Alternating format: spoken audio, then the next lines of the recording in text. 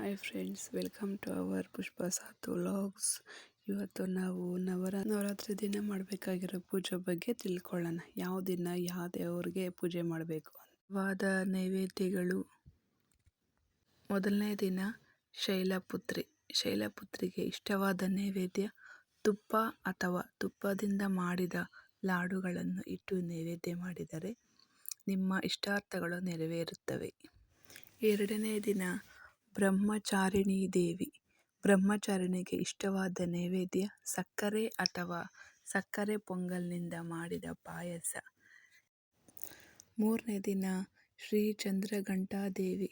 ಈ ದೇವಿಗೆ ಹಾಲು ಅಥವಾ ಹಾಲಿನಿಂದ ಮಾಡಿದ ಪಾಯಸ ಅಂದರೆ ತುಂಬ ಇಷ್ಟ.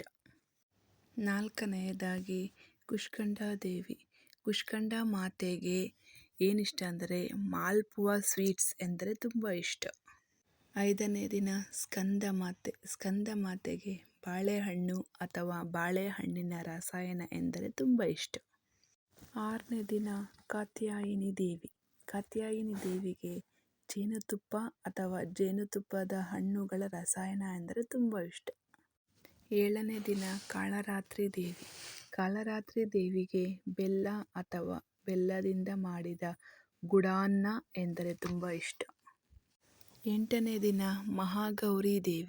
ಮಹಾಗೌರಿಗೆ ತೆಂಗಿನಕಾಯಿ ಅಥವಾ ಕಾಯಿ ಅನ್ನ ಅಥವಾ ಕಾಯಿ ಹೋಳಿಗೆ ತುಂಬ ಇಷ್ಟ. ಒಂಬತ್ತನೇ ದಿನ ಸಿದ್ಧಿದಾತ್ರಿ ದೇವಿಗೆ ಎಳ್ಳು ಪುಳಿಯೋಗರೆ, ಎಳ್ಳಿನ ಚಟ್ನಿ ಅಂದರೆ ತುಂಬ ಇಷ್ಟ. ಗೈಸ್, ನಮ್ಮ ವಿಡಿಯೋ ಇಷ್ಟ ಆಗಿದ್ರೆ ಪ್ಲೀಸ್ ಶೇರ್ ಮಾಡಿ, ಸಬ್ಸ್ಕ್ರೈಬ್ ಮಾಡಿ, ಕಮೆಂಟ್ ಮಾಡಿ. Thank you. ಬಾಯ್.